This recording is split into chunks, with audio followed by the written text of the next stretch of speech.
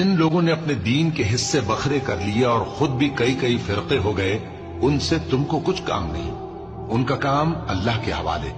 پھر جو کچھ وہ کرتے رہے ہیں وہ ان کو سب بتائے گا۔ جو کوئی اللہ کے حضور نیکی لے کر آئے گا تو اس کو ویسی 10 نیکیاں ملیں گی، اور جو برائی لائے گا تو اسے سزا اس جیسی ہی ملے گی، اور ان پر ظلم نہیں کیا جائے گا۔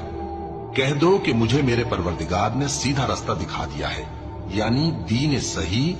طریقہ ابراہیم کا، جو ایک اللہ ہی کے ہو رہے تھے اور مشرکوں میں سے نہ تھے۔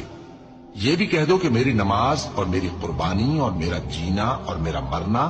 سب اللہ رب العالمین ہی کے لیے ہے، جس کا کوئی شریک نہیں، اور مجھ کو اسی بات کا حکم ملا ہے، اور میں سب سے اول فرما بردار ہوں۔ کہو کیا میں اللہ کے سوا کوئی اور آقا تلاش کروں، جبکہ وہی تو ہر چیز کا مالک ہے، اور جو کوئی برا کام